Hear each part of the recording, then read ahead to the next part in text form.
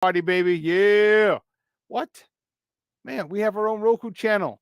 So listen, if you have if you have a Roku television in the house, do us a favor. All right, do us a solid. Download Sports Zone Chicago's tile to your television. Put it right there next to Netflix, Amazon Prime, all right, Prime Video, HBO Max, actually it's just called Max, Hulu, Apple Plus, Disney Plus, Paramount Plus, Stars, Showtime. Just put it there. Put it right there, smack dab in the middle right of all of them. You can watch us on the big screen. Heck, we're live on the big screen, right? Mickey Ficky now. That's what I'm talking about. That's what I'm talking about. Oh yeah, listen. What am I doing? Here we go. Now you can also tweet the show. You can tweet us at Sports Zone Shy. That's CHI at Sports Zone Shy. Now, if you want to follow me, just me personally online, you want to know what I did? Well, let me tell you what I did. You want to know what I did? Well, here's what I did. I made it nice and easy for you folks. Nice and easy. One handle for Facebook, Twitter, Instagram, Snapchat, and TikTok. All one handle at the Shawn Sierra. If you want to follow my lovely co-host, Maya Akai, you can follow her on Facebook and Twitter at the Sports Chica. And if you want to follow her on Instagram because you're an IG and you do it just for the gram, we'll just follow her at Maya_Akai. It's MAYA_AKAI. Listen, we have a phenomenal show, but we need you to get interactive with us. So listen, whatever platform you're watching us on, whether it's Facebook, whether it's YouTube, whether it's our mobile app, if you have a question or comment on that particular platform, it'll come up in the thread. And guess what? I'll put it on the screen. We'll talk about it. We'll incorporate it into the show. And you know what? And that's what makes this the best morning Chicago sports talk show around. And that's you. So, you know what? Bring them all. Your questions, comments, smart ass remarks. Because ain't nobody scared over here. Nobody. And like The Rock said, don't sing it, baby. Just bring it. Just bring them. Just put it. We'll definitely have some fun with it. Let's see what's going on in the chat. We got some people already. It is getting lively already. Cornelius Squaw's in the house. What up, Cornelius? Happy, you're damn right, baby. It's TGI Mickey Ficky Friday. Patty Lara, thank you. Good morning, Mama. Thanks for tuning in. My man Armando Emeterio Lara Jr. He's in the house. He's in the house. That's what I'm talking about. Shawn Walls, it is Mickey Ficky Friday, TGIF, baby. I love it. I love it. I love it. Levette Lee, she's in the house. Good morning, Ma. Thanks for tuning in. I appreciate it. Listen, I don't know a lot about a lot, but let me tell you something. I know a lot more of the usual suspects are going to chime in as the show goes on. All right, as the show goes on, more people are going to check it out. We have a phenomenal show. We're going to get started early at 9:30. Ricky O'Donnell from SB Nation is going to join us. We're going to talk a little bit Bulls basketball. They got the tourney starting today. The first ever, the inaugural in-season tournament begins today. They did a whole bunch of stuff. We'll talk about that. We'll try and get through that in the top of the morning. We have a lot of top of the morning segments, and we got to start at the bottom of the hour. So Ricky O'Donnell at 9:30 talking, and then at 10 o'clock, my man's in them, Kenneth Davis from the NBC Sports Chicago's Under Center podcast. He's the host of the Under Center podcast. He's going to join us. We have a lot of stuff to talk about, all Bears, from trades to no trades to firings to crazy stuff. So interesting. And let me tell you something.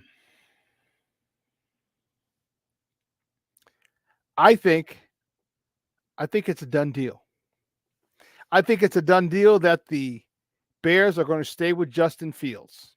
And I'll tell you why.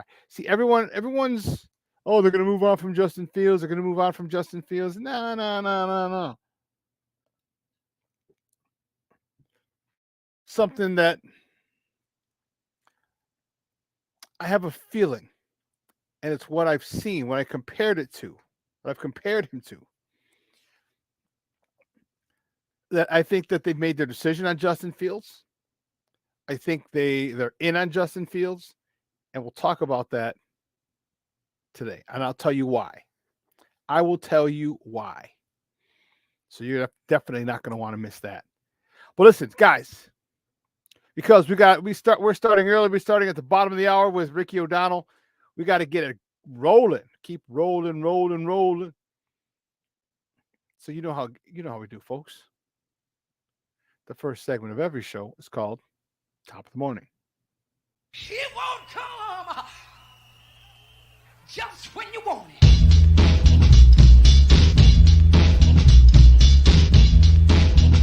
Top of the morning to you. Top of the morning to you. Top of the morning to you.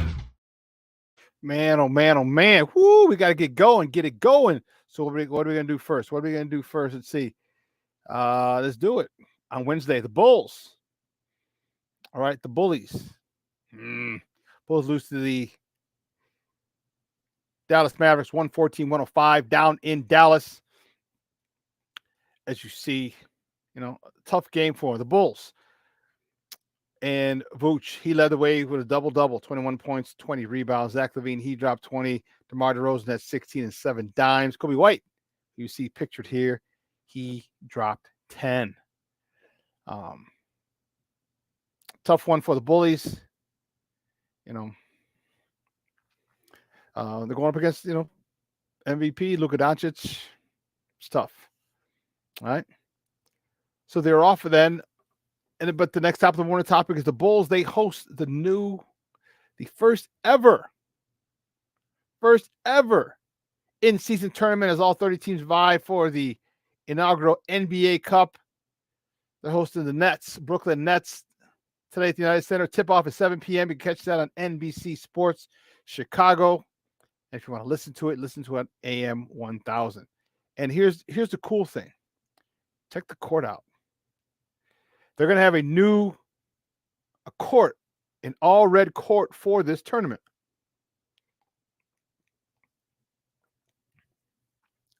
I think it looks pretty cool. I think it looks really, really cool. And you know what they did? They also dropped the new City Edition uniforms. Listen, these jokers are tight. I think this might be my favorite edition. These are the new City Edition jerseys. Here you see DeMar DeRozan and Zach LaVine, Alex Caruso. And the thing I love about it is that they pay homage. All right, they pay homage to the old barn, the Madhouse on Madison. I love it. Look at this. All right, the vertical Chicago reference. See, back in the day, the Chicago Stadium said stadium, it said Chicago, but it had stadium outside. So for their sign originally said it was a vertical sign, it said stadium, Chicago over it, but it said stadium. So that's an homage to that. And then on the patch, you see the Madhouse on Madison. That's what it's called. If you look on the right on the shorts, all right, the two parallel stripes run down the side, acknowledging the four-cornered windowed patterns on the old Chicago Stadium. All right, an intricate, detailed image of the Bulls logo, and it looks like it's painted. Why? If you see that on the left leg of the pant, it's because all the signs in the United Center, at the old Chicago Stadium, were hand painted. 3.5. And what was really cool was gate 3.5. I have a funny story. One of my guys, big shout out to let me take this down. Big shout out to my guy, Jay Yusa. Went to St. Rita Grammar School and St. Rita High School together. He was the gatekeeper, so to speak. Yeah, he worked gate 3.5, and that's the players' gate if you knew anything about the old stadium. And when I got transferred from the second balcony down to the main floor, I used to just hang with him. And that's where all the players would come in. The visiting team, in the bus, the home team, the Bulls, they'd all drive their own cars. And let me tell you, I was a junior in high school, and that was the best job I've ever had. And I can just tell you this. You name any basketball or hockey star in the late 80s. So this was 1987. All right. I met him. I saw him. Obviously, Michael. It was Scotty and Horace's rookie year. I've told you about these stories, but this kind of brought it back up again. Scotty and Horace, Magic, Bird, or the big three, Bird, McHale, Parrish, Barkley, Ewing, Olajuwon, you name it, Shawn Kemp. I saw him. I met him. It was awesome. Awesome. Because I was just hanging out with Jay till it was time for me to be at my post. And it was the best. I'm telling you, the best job a kid can have. That spring, if you remember, that was 1988. That was the last time the NBA All-Star game was here until 2 years ago, 3 years ago. Okay. It was a phenomenal time. Let me tell you, I loved it there. And you know what? I love the fact that they pay tribute and they honor the old barn, the madhouse on Madison. I thought that was really, really, really, really cool for them to do.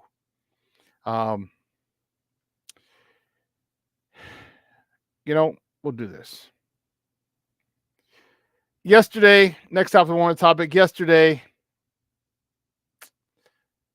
a lot of my friends were excited. 7 years ago, yesterday, the Cubs won the World Series, 8-7 in 10 innings, ending a 108-year drought. You see the players, and they were down 3-1, and it was crazy. They won Game 5 to force 2 games back in Cleveland. I know one of my buddies, Graco. Big shout out to Graco Funes. He's a mortgage guy. But anyway, I know him and a buddy of his drove to Cleveland for games. He posted, I'm driving for Game 6 and 7. And sure enough, all right, that was crazy. That was an insane time. And I'm not a Cub fan by any stretch. But you know what? I have a lot of close friends of mine that are Cub fans. So I actually felt happy for them because I know how happy I felt when my White Sox won it. And it was an amazing feeling for me. And, I give Cub fans shit a lot of the time. Most of the time, it was happy to see them. I remember 1984 when the ball rolled through Leon Durham's underneath his glove between his legs. My buddy Danny Schaller, Luggy, we call him. Luggy was at my house.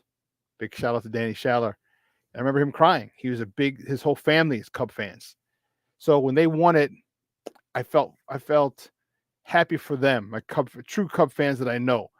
Yeah,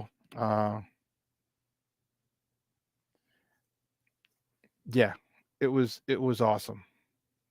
Check it out. Done it before. Here's the 0-1. This is going to be a tough play. Bryant, the Cubs win the World Series. Bryant makes the play. It's over. And the Cubs have finally won it all. 8-7 and 10.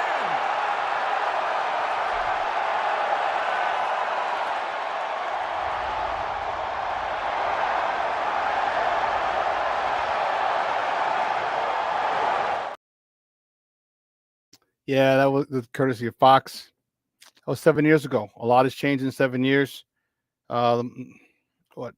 Professor? He's the only one. Or him and Ian Happ, maybe. Only ones left. Wow. Yeah, the only one left. So, yeah, it was, Cub fans were having.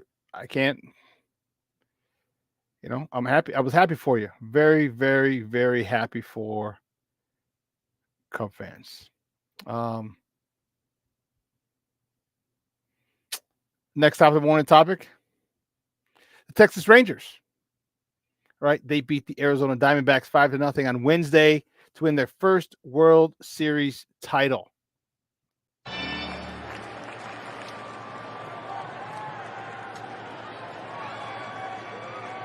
In their 63rd season. It's happened! The Texas Rangers win the World Series!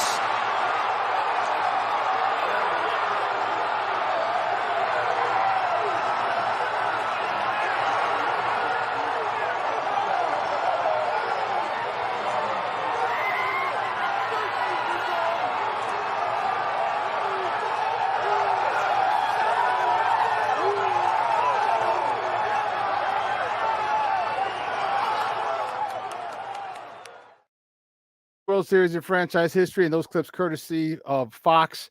And you know what? It's a little bittersweet for me as a White Sox fan. You know why? Because of this guy right here. Okay? Bruce Bochy. Bruce Bochy was available last year to the White Sox at this time. And the White Sox thought, you know what? He's a 3-time World Series winning manager with the San Francisco Giants back in 2010, 2012, and 2014. Nah, let's not bring him in for an interview. Yeah, let's not bring him in for an interview. That's a good thing. And look what he's done with that team. Taking them to the World Series, captured the World Series crown. And this one hurts. Sox fans, it hurts. All right, because this shows you, this is everything we have to say about our franchise. This is typical. Typical. That was a guy that we wanted, that one of the guys that we could have had. You know, you had Ozzie, you had Joe Girardi, you had Bruce Bochy, you had Joe Madden, you had all these guys you could interview. And you go with Pedro Grifol because you want a man you can control. Well, guess what? The Rangers didn't want a man they can control. They wanted a man who can lead them to a World Series title. That's what they wanted, and they got him. They spent money. You know, they added Max Scherzer in the this season, and that's probably the issue. The Bears, the White Sox weren't going to spend any money. And you know what? That's why you don't win championships. That's why we don't win championships. Because we won't spend money. You could have had that guy. That guy has a great baseball mind. How you don't even bring him in for an interview is beyond me. Beyond me. And he's sitting there now, a four-time World Series champion.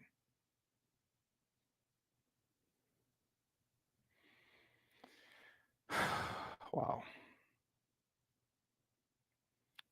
Well, there was some good news. Yesterday, the White Sox got some good news. Liam Hendriks, as voted on by his peers, was named the American League Comeback Player of the Year. Okay, you know, he had lymphoma, non-Hodgkin's lymphoma, and was able to make it back this year. Only to go out for Tommy John surgery, but he beat cancer. Going back from Tommy John surgery should be a piece of cake after he dealt with and beat cancer. But wait, there's more. Chicago had a clean sweep. Cody Bellinger was voted the National League Comeback Player of the Year. All right, it was a 1-year deal with a player option. And let me tell you something, he made himself a lot of money. I'm sure he's going to opt out of that. It was a 1-year prove-it deal. And he's making himself a lot of money. He made himself a lot of money. And, you know, the thing about Cody, he was hurt. He was injured. That was the only issue. He was injured for a couple of years. His shoulder was bothering him. And people thought he was done. Well, you know what? Change of scenery did him some good. And his agent, Scott Boras, is going to make sure that his man gets Mickey Ficky paid. And you know what? I ain't mad at him. I ain't mad at him at all. Congratulations to Liam Hendriks, and congratulations to Cody Bellinger on becoming the American League and National League, respectively, Comeback Players of the Year. That's awesome. That is awesome. Some sad news. You know, unfortunately. Oh, I didn't put it in there. I thought I did. Well, I can. Yeah, I did. Anyway, we'll do it again. You know, and unfortunately, there's some sad news to report. legendary college basketball coach. General, as he was called, Robert Montgomery Knight.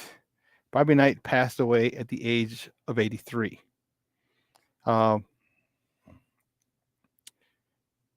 He won a at the time a record of 902 NCAA Division I basketball games, topping Dean Smith. That's been topped by Coach K now, one of his disciples. He won 3 national championships. 1976, his team was undefeated. 1981, the team was led by Isaiah Thomas. 1987, the team led by Keith Smart. And let me tell you, he was legendary. He was a guy, you talk about holding people accountable. You talk about, he is a throwback to that era of coaching, where it was about the coaches, it was about the team. It wasn't all about the players. It was tough. It's today's a different time. So, but man, the stories you're hearing about him, the one that said he made Michael Jordan cry in the Olympics in '84. He knew Michael was the best. But the thing is, he had to keep him focused. And oftentimes, when you get players who think they're good and they're very good, they tend to,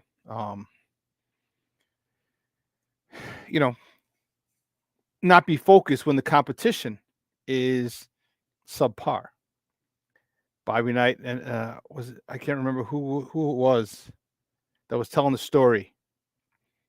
It said that he goes, Jordan will deny it. He goes, but he was crying. He said, Bob Knight ripped into him and said, you know what? That was the worst game of basketball I'd ever. Michael Jordan was 20. He said, that was the worst game of basketball I'd ever seen from you. You're so much better than that, blah, blah, blah, blah. He basically had to keep him focused so he wouldn't get too big for his britches.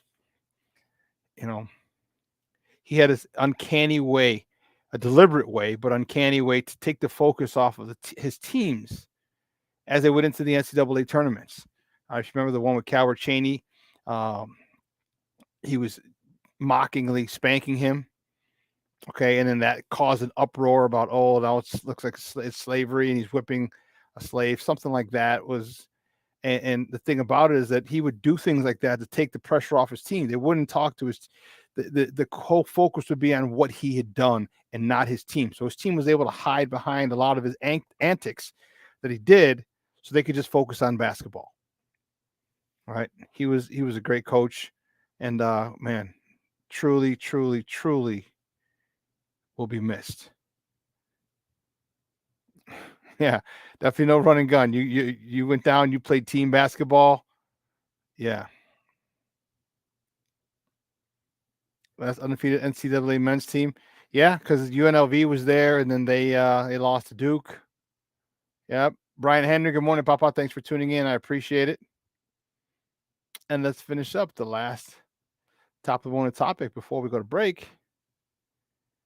Where'd it go? Which way did it go? Which way did it go? The Bears. The Bears travel to Nolens. All right. Chicago Bears travel to New Orleans this Sunday to take on the Saints. Kickoff is 12 noon. You can watch that game on Fox 32 here in Chicago, or you can listen to it on the Bears flagship station, AM 1000. Well, listen, we got to take a quick break. Excuse me. On the other side of the break, we're going to welcome our guy, Ricky O'Donnell from SB Nation. All right. So don't go anywhere, folks. Keep it locked right here. Shawn and Maya in the morning on Sports Zone Chicago.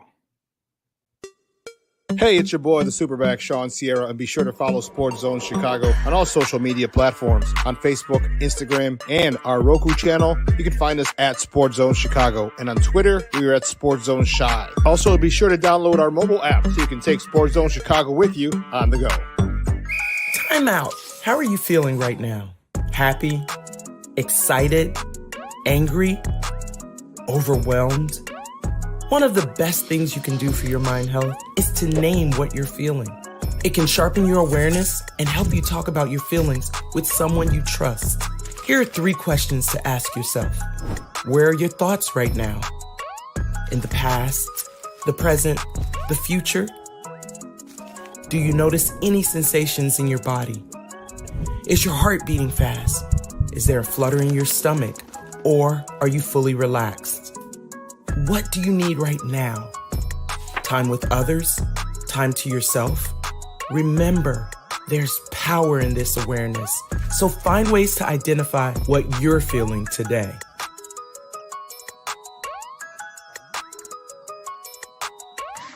Hi, guys. Hey. Hi, Megan. Hey, Jessica. Megan, you're a tramp. Brian Fitch told me you guys made out. Everybody knows. He said your breath smells like garbage. And he almost puked. He says you're the most desperate girl he knows, besides your mom. How many boyfriends does she have anyway? Lots? Your makeup makes you look like a clown. That zit is huge, zit face. Ugly.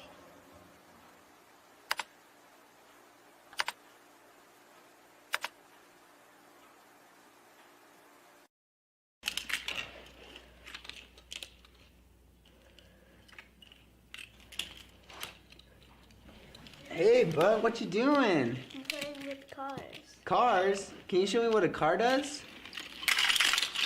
Whoa, whoa, whoa, whoa, whoa. Hold on a second. First of all, this is a school zone. So you need to put down your cell phone, stop texting, and let's get to driving. Now you're coming up to a stop sign, right? You need to slow down and stop before you hit that Y line. I want you to look left, right, left. You don't want to get hit by a car going on your left, and to your right to make sure you don't get sideswiped by a guy coming from your right. You're coming, and you see a crosswalk. You better slow your horses down, because the #1 rule of driving is always yield to pedestrians. Now stop, pull over, and you are done driving. Gosh, what do they teach you kids in school nowadays?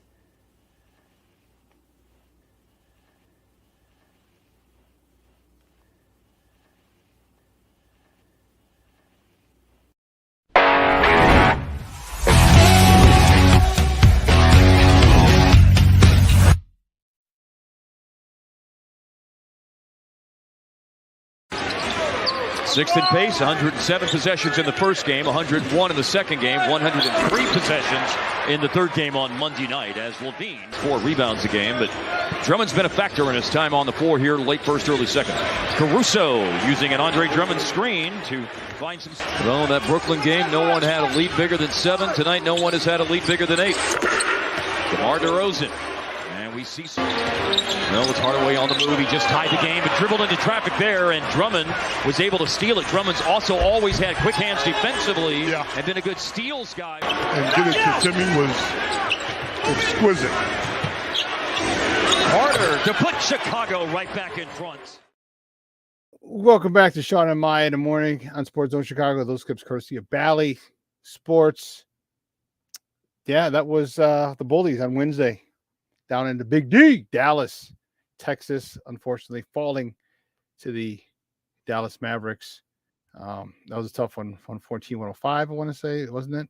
Yeah, it was 114-105. So they had the day off. Well, they had time off from then till tonight. So tonight they have the first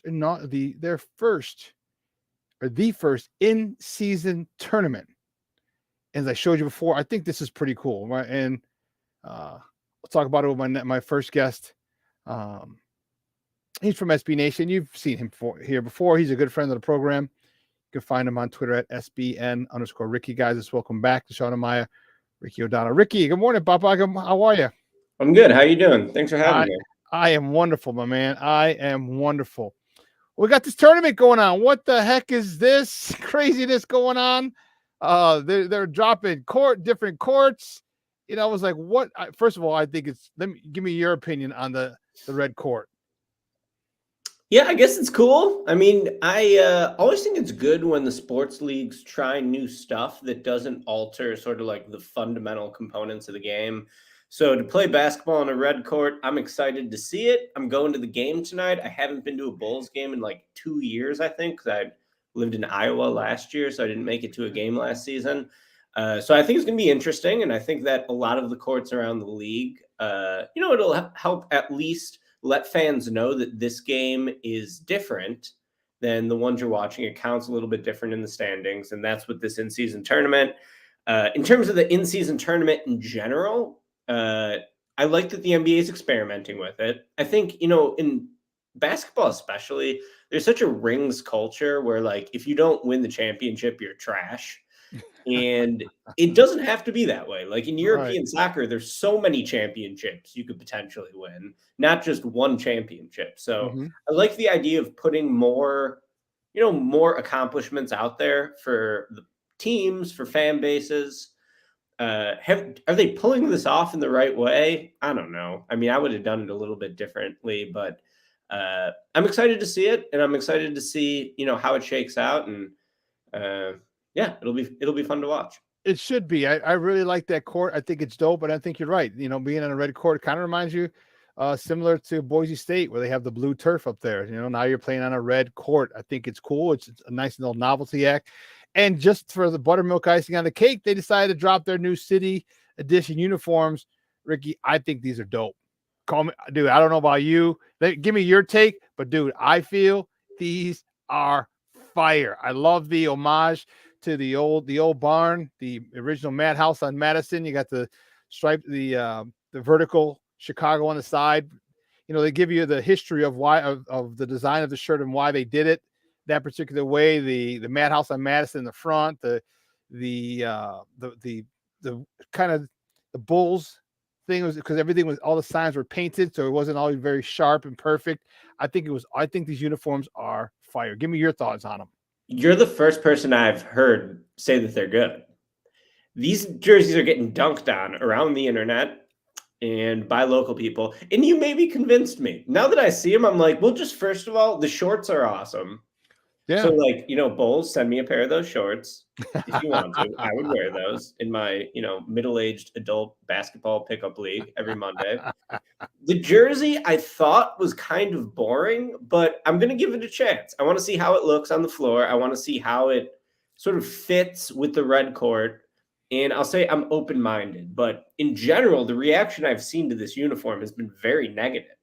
So the fact that you're saying it's cool, you're making me give it a second chance. And we'll see how it looks tonight when they put them on. Yeah, and part of it might be getting trashed by a lot of people who really didn't go to the stadium. All right, if you didn't go to the stadium and didn't understand, like there's a thing about it. Like I worked at the stadium as a junior in high school. The last time the NBA All-Star game here was 88, and I worked it. I started in 87, 88 season. So it has a special place for me. And just walk, taking the bus down there and experiencing that was pretty cool. And I like how they did it. And explains it. And if people saw this, like, oh, okay, I get it. It's not a new trash. Hey, it's better than Milwaukee's. Did you see Milwaukee's? Now that is my guy Frank Schwab from Yahoo Sports is from Milwaukee. And we were texting yesterday. He's like, yeah, I don't like them. He goes, they're not bad. He goes, they're just like, eh. And I looked at him, I was like, yeah, they are just just blue. Like there's no rhyme or reason for the blue, nothing. At least here's tying the history of the team, of the franchise.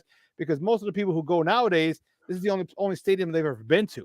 Right? Yeah. Most of them, not all of them. So I get it, but me being in my get off my lawn, era, I like it. I think it's gonna pop with the red and black. I think it's really cool. And let me know how it does turn out, because I'm anxious to see how how this game does play out. What do you think of this tournament? I mean, there's it seems like kind of like the World Cup. They're in like a group play. And they got to go play everybody in their group. And then do you have a little more information on it? Or clarify a little for me? Because I thought it was kind of weird. I'm thinking World Cup. Yeah, I think, it's very similar to what the WNBA does in something called the Commissioner's Cup. Mm-hmm. When the WNBA does the Commissioner's Cup, as a fan, I'm like, why should I care about this? Like, I just don't really understand sort of the incentive of it. So I do think that, by making the court's different, by having the teams wear their city edition jerseys, that hopefully people watching the games can like recognize like, oh, this one counts for something else in the standings. I think with anything new, it's going to take people a few years to like latch onto it. Like, you remember when they started the play-in tournament, LeBron was saying this should be abolished. Mark Cuban was saying like this is an affront to competition. And after a few years, I think we could look at the play-in tournament and say the play-in tournament's dope. Like the play-in tournament's really cool. It puts more pressure points in the standings. It gives greater stakes to some of these games, like that Bulls Raptors play-in tournament game last year. What a fun game that was. We had DeMar DeRozan's daughter screaming and like an exciting game that came down to the wire. And the Bulls almost beat the Heat, who went to the finals in that other play-in game. So I think the play-in tournament has proven to be a good idea. Will the in-season tournament be a good idea? I'm willing to give it a chance. I mean, I don't know. We'll see. I would have done it differently, though, and I'll give you my quick sales pitch on how I would have done it. I think what's really great about basketball is tournament-style basketball, single elimination basketball. Whenever you get a Game 7 in the NBA, it's awesome. Yep. The caliber of play in March Madness is like usually not that good, but we love it because there's a bracket and we can bet on it, and it's fun to watch teams fight their way through the bracket. And I wish they would have done that. I wish that this would have been a season opening, single elimination, 32-team tournament. Now, you'd need 2 more teams. You could bring in anyone. You could bring in the EuroLeague champ, the G League champ, the G League Ignite prospect team, whatever it is. You could give, the teams that made the NBA finals last year a bye if you wanted to. Yeah. And I think that would have been a cooler way to do it, where just like start the year with a 32-team knockout style bracket, and everyone just gets to watch, the first game of the year be a game that has like, knockout implications. So that's just my take on it. The way they're doing it, we'll see if it's cool. I'm willing to give it a chance, but I think either way, it's going to take fans a few years to decide if they really like it or don't like it. You know what? I'm with you. You know what? It's okay to try something new. If it doesn't work, but you know what? You just sit idly on your hands, and not do anything and just expect the product to continue to draw in revenue and bring in all the people especially with people with short attention spans. All right. And things like that. I think it's something new, something different. And I'm cool with it, And if, like I said, if it doesn't work in a couple of years, cool. You try it and then you go try something else. Like in the All-Star game. Remember, it wasn't just East-West now. It was the draft. It was LeBron and Giannis. All right. They started drafting, picking their own teams. I thought that was cool. Just something different. If it worked out, if it works, cool. If it doesn't, it didn't. And now they're thinking about going back to it, but it was something different. I just always change, always adding, and the cool, like you said, the cool part about it, you can always go back to it. So but let's get back to this team itself. Looks like same old, huh? Well, they kind of ran it back with the majority of the squad from last year. They added a couple of guys, Javon Carter. They added the 3-point guy. Craig, there you go. What are you seeing with this team so far? And should Bulls fans expect anything different or much different than last year? I think this team sucks. Through 5 games, I just don't think they're any good, and I don't think they deserve to be together much longer. Like, I was pretty optimistic heading into the season. They won 40 games last year, but their point differential was of a team that maybe could have won 44 games. And I thought Carter and Craig were good signings at the minimum. The minimum for Craig. Carter got about $20 million. So I thought, hey, the Bulls, maybe 45, 46 wins. It's not great, but it could give us something fun to watch during the winter when it's cold and we're all trapped indoors. Not the worst thing in the world. That was my take on the Bulls coming into the season. And through 5 games, I can already tell this team hates playing together. It looks so much like the same malaise we saw from this group last season. And I think that, it's reaching the end of the line. Like Arturas Karnisovas, Jerry Reinsdorf, they don't want to rebuild. They don't want to blow it up. They aspire for mediocrity. They want to be the 8th seed in the Eastern Conference. They want to be the 7th seed to get that playoff ticket revenue, to keep the building full, to make sure the Bulls aren't like a national embarrassment like they were under Jim Boylan. Well, guess what? You lose by 20 on your home floor after the first game, and the biggest story in the league is the Bulls having a players-only meeting with record speed after the first game. It looks like we're back to an embarrassment, Shawn. I do think that the team is going to be like relatively competent. Like, I don't think they're going to be one of the 5 to 7 worst teams in the league. Okay. Although I guess it's the Bulls' destiny to finish with the 7th draft pick. Every year they actually own their draft pick. So that's where I would project them to finish right now. So we can get another person who doesn't move the needle for us in the draft. Sure. Yeah. And the Vegas line coming into this season was 36.5 wins. I thought that was way low. I was like, they won 40 last year and they sucked and they got better. So they should win more than that. After 5 games, I'm like, I think Vegas nailed it. Like, this team is not that good. They suffer from the same problems they've always suffered from. And what really gets me is that DeRozan, Levine, and Vooch, like, that is the team. And these guys do not play well together. It doesn't look like they enjoy playing together. And I think that I already get the sense from the post-game quotes, from some of their interactions, that they're already all waiting to get traded somewhere else. And I think anyone who watches this team and the players on the team are like, all right, let's blow this thing up. But Arturis doesn't want to because Jerry doesn't want to. And so we're sort of stuck in this weird ground right now where, like, the Bulls don't have any flexibility. They don't have any building blocks on the team. It's like, what are we building towards with this season? Nothing. It's just a wasted season. We get to watch Patrick Williams average 3 points a game, and, like, this is our brightest prospect. Besides for that, the young players on the roster are, like, terrible. Dalen Terry is totally unplayable. Julian Phillips, I mean, we'll see, but I didn't like that draft pick. He's very raw. He's not going to contribute this year, I don't think, at all. Kobe White, people were really expecting him to take a jump this year. I was skeptical that that would happen, and I would say through 5 games, I have been correct in that. He looks bad. He hasn't been shooting the ball well, so eventually the shots will drop. Kobe will shoot 36% from 3 like always. But he just doesn't move the needle enough, and he kills the defense. So to me, this team sucks. They got to get blown up. They got to all get traded.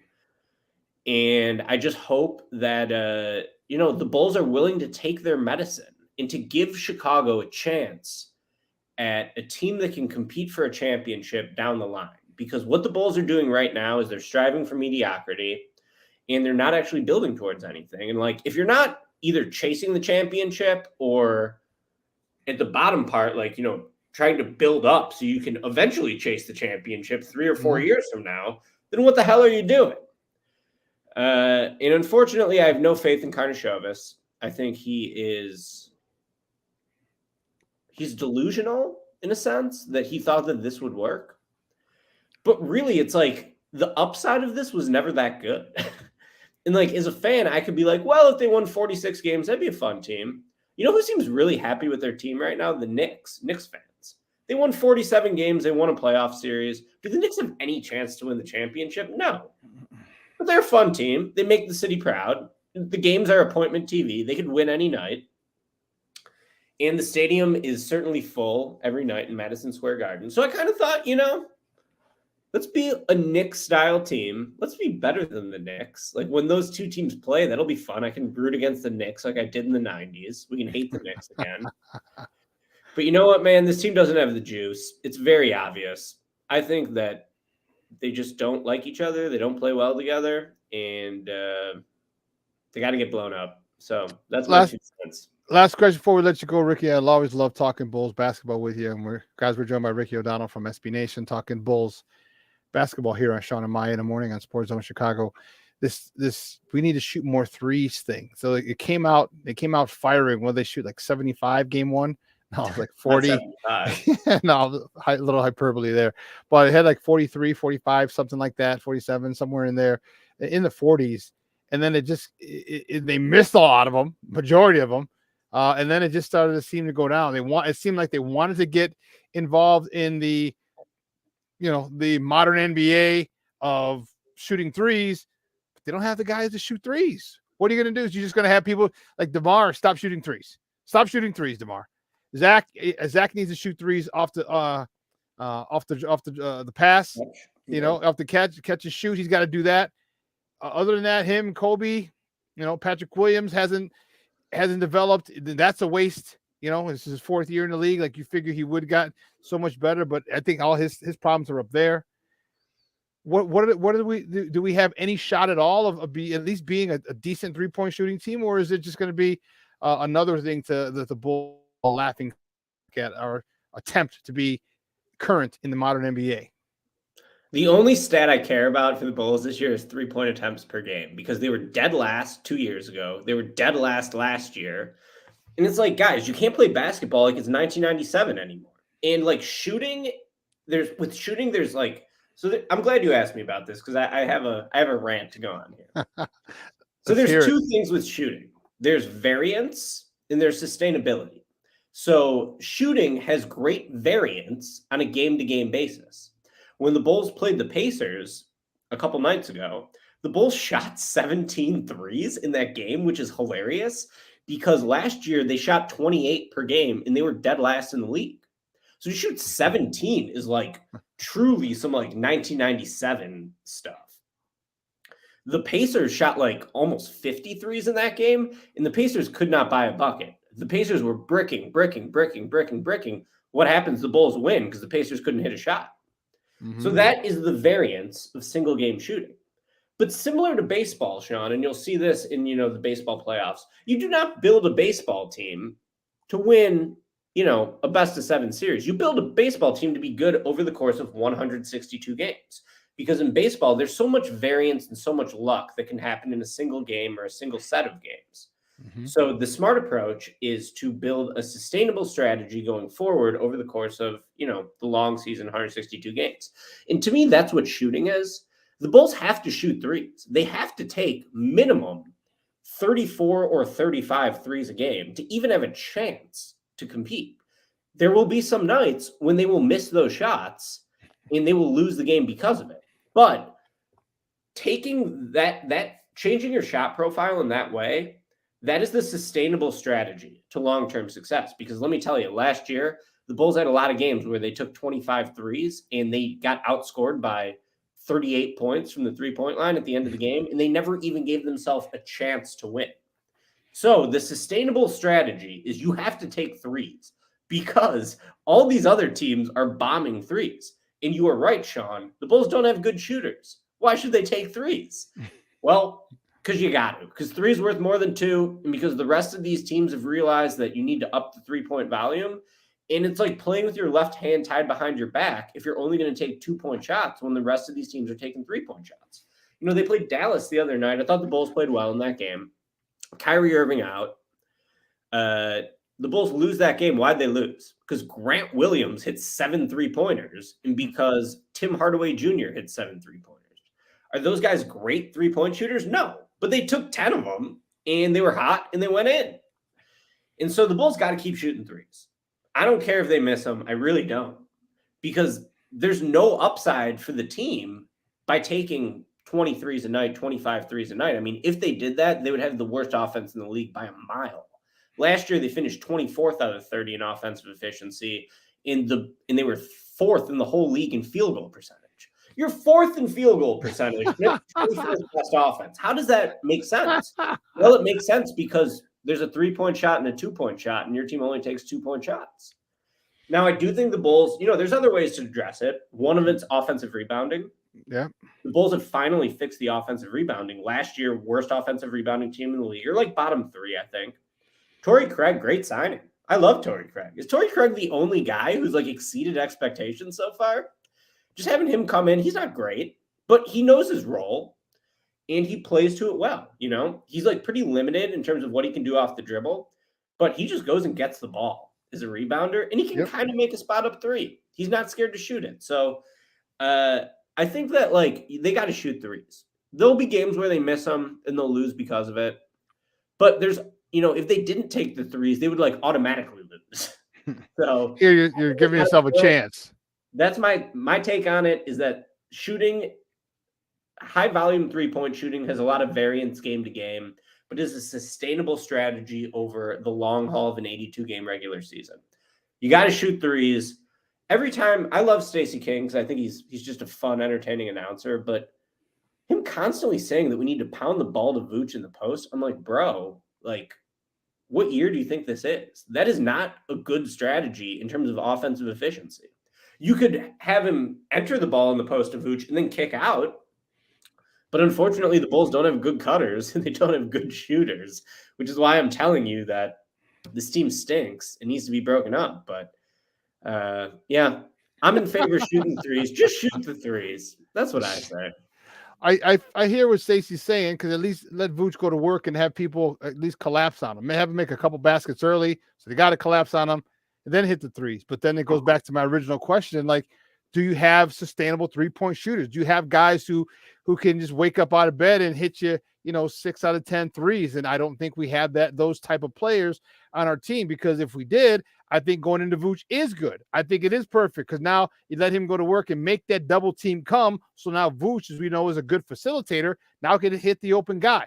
But who's going to hit the open guy to if we don't have a guy who can consistently knock down 3-pointers? And what's the purpose of going inside out? There's really none. Yeah, and I think like what Vooch would like is like watch the way the Kings play around Domantas Sabonis. The Kings had the best offensive efficiency in league history last year, and they mostly ran the team through Sabonis, who really played the way Joakim Noah used to play under Thibodeau after Rose got hurt, where they would, sort of let Noah facilitate the offense as the center. I think that's how Vooch wants to play. There's two problems with that. One, the Bulls don't have good enough shooters around him. The Kings have all these shooters. They're all flying around screens, hitting threes. You don't even know what's happening. And then the other thing is that the Bulls don't have good cutters. There was a stat last year that Zach LaVine did not score on a cut off a pass by Nikola Vucevic the whole year. How is that even possible? What? Yeah, that stat was going around last year. Or like if he did, it was like minimally. Wow. Like you would think that's the whole thing. Vooch, you get it. You get it at the high post, foul line extended. All right, DeMar cut, Zach cut, everyone cut. All right, move and or get out of the way and let him go to work. But either one of those two things, let him go to work, or you guys cut, let him facilitate. And the fact that Zach LaVine had minimal, baskets off of a Vooch assist is insane. Just insane. Yeah. Dude, that's nuts. I like Zach. I think Zach's really good. Also, that James Harden trade to the Sixers, trade Zach to the Sixers. Like, I think Zach would be awesome on the Sixers. And, they got to blow this team up. This team stinks. I don't think they're good. So, and last question, this for real. P. Will, is he got to go? Because Marshawn thinks he's got to go. Because I went on a rant on P. Will 2 weeks ago. I just think, it's your fourth year in the league. You've been in the league 3 years. Like, your nuts should have dropped at some particular point in that 3 years, dude. I don't see any growth. I still see trepidation when Zach and DeMar on the court. Except, and we've seen you take over games. We've seen you be aggressive. We've seen you rebound. We've seen you hit threes. We've seen you control games. But when Zach and DeMar on the court, oh no, go ahead, you can have it. I'll just sit back and do nothing and not even rebound. It boggles my mind. It pisses me off when someone that talented just says, go ahead, you can have it. No, real ballers, don't matter who's on the God bless the court. I'm going to show you what I got. And he, for whatever reason, defers. And that I'm done with him personally. Part of me agrees with you, Shawn, that you just, all you can ask for as a player is to get minutes. And he's gotten a lot of minutes. Yeah. So like, all right, dude, let's see you make an impact. But also, man, we just did this with Lauri Markkanen and Wendell Carter. And as soon as they left, they turned into really good players. Lauri Markkanen was all NBA last year. He was top 15 in the entire NBA. The guy's a legitimate stud. Wendell Carter looks really good in Orlando. I've been watching a lot of Orlando. I watched the Orlando-Utah game last night. Watched Carter and Markkanen square off. Carter actually broke his finger on the last play of the game. So he's going to miss about 6 weeks now. But he looked great in that game. Patrick Williams. All right. So I think Patrick Williams brings a lot to the table defensively. He guarded Shai Gilgeous-Alexander in the first game. He guards Kevin Durant and Jason Tatum. And he has the build that you need to play NBA defense. And I think right now, Patrick Williams is a good defensive forward. He's 22 and he's already good on the defensive end.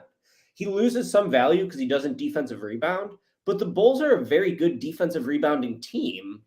So I would say like he's got to be boxing out or doing something because the team rebounds well defensively, even though Pat doesn't get him. His guy just doesn't get him. Yeah. Other guys get him. Vooch gets him. Offensively, I think the weakest part of Patrick Williams' skill set is as a spot-up shooter. And the way the team is constructed, what they need out of their four-man is a spot-up shooter who can shoot with volume. And Patrick Williams has been like a 40% three-point shooter over the last couple of years, but he can't really shoot it with volume.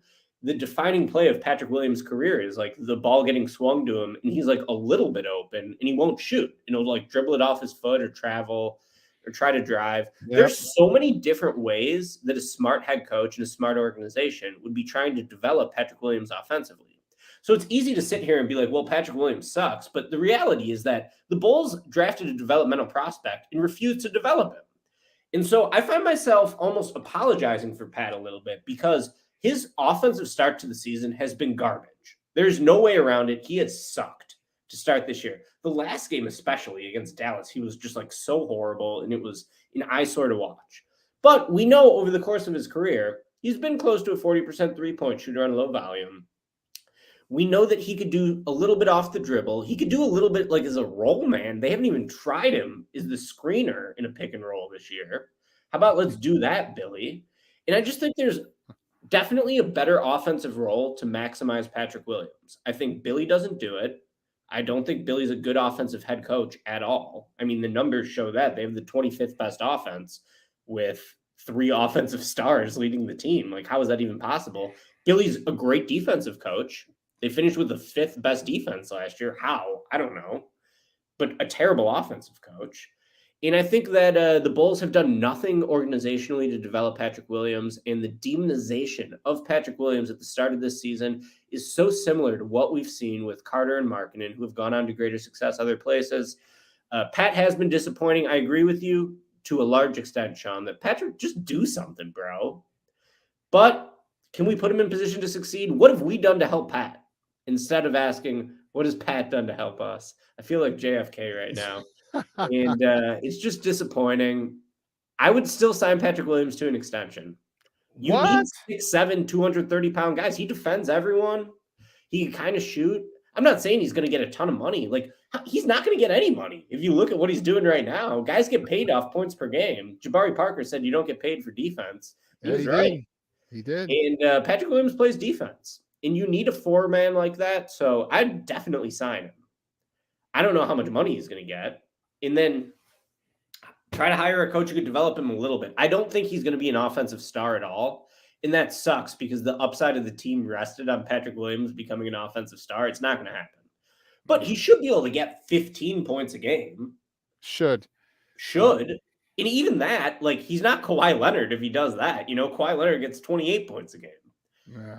So I just think that there's so much more untapped in him that the Bulls have failed him a bit organizationally. You know, if he was in Utah right now with Will Hardy as his head coach, would he be balling the way Markkanen is? I don't know if he'd be as good as Markkanen, but I think he'd be able to get you 15 a game and play good defense. And that's a really valuable player. And also, I don't think he's going to make that much money anymore because he can't score. So keep Patrick Williams. That's my hot take of the day. And the Bulls have failed him. But also, Pat, like, you kind of only got yourself to blame, too. You got to do something. I'm kind of playing both sides of the coin here, but I still believe that there's talent there. He's 22. There's rookies older than him this year. And he's already good on one end of the floor. He's a good defensive player. So hopefully it gets developed somehow, some way. Rick, great stuff as always, buddy. I appreciate it. Let everybody know where they can find you online. Yeah, you can find all my work at sbnation.com. I got a new Victor Wembanyama story up there today. You can go check that out. I was publishing that as Shawn texted me to jump on the stream. And you can listen to my Bulls podcast, Cash Considerations. You can find that on Spotify or wherever you get your podcasts. So that's where I'm at. Great stuff, buddy. I appreciate it, man. We'll talk soon. Thank you. Thank you. Guys, that's Ricky O'Donnell. Oh, shoot, my man. Let's take a quick break. He jumped off quick. Let's take a quick break. And my man, because we got to introduce you properly. We got to bring you in properly. That's my man Ken Davis on the other side of the break. Keep it locked right here, peoples. Shawn and Maya in the morning on Sports Zone Chicago.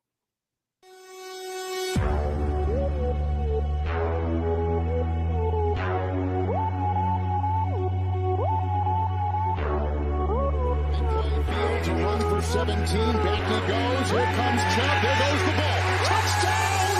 Mooney!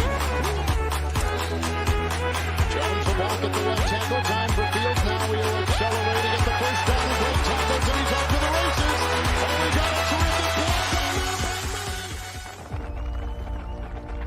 block. For every generation, it has started with the call to serve. Discovering the purpose and the belonging earned with the title. Learning to dig deep and push through adversity together. Defending our nation and its people. It is a life of great worth and reward. But Marines are never really finished serving. Their commitment comes full circle, visible in communities across our country. This is Semper Fidelis, always faithful, always Marine, marking a path for the next generation. Well, welcome. How surprised are you that you're here right now? How do you feel about this landing spot? I'm grateful, blessed, happy to be here. I'm just happy to be here, ready to get to work. Obviously, you're playing on the last year of your deal. Have you spoken with the Bears at all about a potential contract extension yet? I'm sure my agents in them are talking about something, but I haven't. I'm not really in it right now. Just ready to get to work. Yeah, I mean, it's thought about. Obviously, a player always wants to have security playing the sport that we playing, but I mean, I'm sure everything will work itself out. Yeah, I'm just taking it one day at a time. Everything is happening kind of fast right now. Just waiting for it to slow down, and we hit the ground running when we get there. My man, that is a new guy. That's the sackster, the run stopper. He does it all. But you know what? We're going to bring my man in right. My man, he's the host of the Understanding podcast on NBC Sports Chicago. It's Ken Davis time.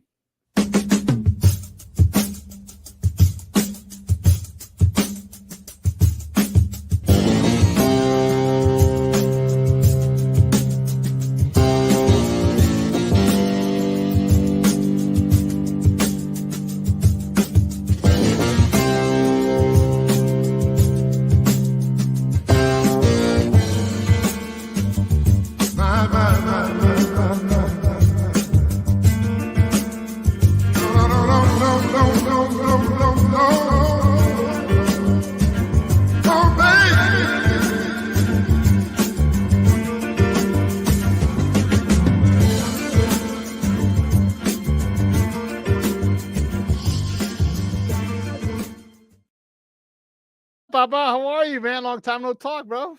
I'm good, man. How are all y'all doing over here, man? We're doing good. We are doing well. Thank you for asking. No, it's good to see you. It's good to see the chat lit. Talking Bulls basketball and Pete Will. I'm laughing like everything's good where I work, but I'm just giving my laugh out. Oh man, that Bulls basketball. I went on a rant a couple weeks ago. I went off on him, Cody Whitehair, Justin Fields, Yo-Yo, Tim Anderson. Yeah, dude, this is a lot. I was like, grow the hell up, bro. Like, everybody, grow up. Like, stop. You know what I mean? Like, you're professionals. Like, get it done. You know what I mean? Like, you're, and I wouldn't give a shit if they weren't that talented. You know what I mean? Like, I wouldn't care if you suck. I'm like, I'm not going to force you to be a superstar if you don't have that talent. These guys are talented, but you just, you want to go shoot videos. You want to, take routine ground balls. Off. Wait, hold up. You finally snapped a yo-yo 5 years later for dancing in the streets for the jumper, the rumper. 5 years later. Leave that alone. That was still tight.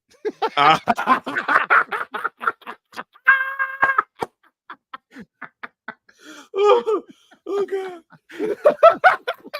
Oh, the good old days. The good old days. The good old days. Man, dude, but it was just like, dude, you got Cody Whitehair. Like, if you can't, how difficult is it to snap a goddamn ball? How difficult is it? At this point, the way that you do it, that there's going to be a surprise 4 times a game, but yet you're still doing it the same way. and that's Eberflus, that's Whitehair, like just in case you got moved from center from guard to center. That's Chris Morgan. Chris Morgan, like it doesn't take, dude. It literally takes 10 minutes a day, all off season. 10 minutes a day. Get it. If you don't have, and you got enough people back there at Hallis Hall, you got people there. Just put a ball, have a guy with four footballs, and snap. Give me one. Snap. Boom. Snap. It's like an assembly line, and that's it. He should be practicing anyway because he's the backup if he's not the starter. So you never know when you got to go. Yeah, I'm totally with you like that. Yeah, that right there is maddening to say the least. Yeah. So let's talk about this team, man. They bring in Montez Sweat. Give me your thoughts on the trade. I personally like it. A lot of people, it's a divisive one. A lot of people like he's first of all he's older than Chase Young. He's in the last year of his deal. Now he's got all the leverage. Now he's this and what were we saying before? Oh man, it was Chase Young, it was Montez Sweat, it was Brian Burns. You got to get one of them. We got to get one of them. We got to get one of them. All right, we get one of them. Oh, we got the wrong one. What the hell's wrong? What's wrong with people? Well, one, Brian Burns at this point wasn't going to get shopped out, so you weren't getting him. And the thing is, Chase Young is the sexier option, but that knee was shredded. And it would be so Chicago to bring him in and give him a 4-year contract, and he's maybe at his optimal level 2 years out of that 4 years because that knee, when it's going like that, though he just got back. Think about how long ago it was that he was playing that rookie year like that, and now he's just showing you the flash that he had back then, and he's still not all the way back. So for me, and I said this before the trade deadline, I thought it was going to be Montez Sweat. I said it the day before. I thought it was going to be Montez Sweat because it made more sense. Yeah, he's a couple years older. He's still young enough. I saw someone destroying this trade yesterday on Pat McAfee's show, a clip from it, right?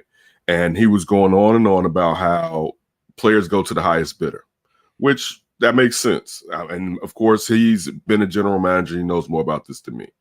I would differ to a degree that sometimes if you don't look like an attractive option, I'll leave some millions on the table because I want to go someplace where I have a chance to win, or it's a place that I prefer to play. Like we know that he wants to go to Atlanta, speaking of Montez Sweat, since he's from that region. I think I like the trade. You had to do something, and you can't fix everything in the draft. Yannick Ngakoue, we see why he was on the streets. He hasn't been the player that you thought you were going to bring in. You knew he had limitations as far as the run stopping, but you haven't seen the guy get to the quarterback. And I'm not just talking about sacks. I'm talking about pressures also. Just get there.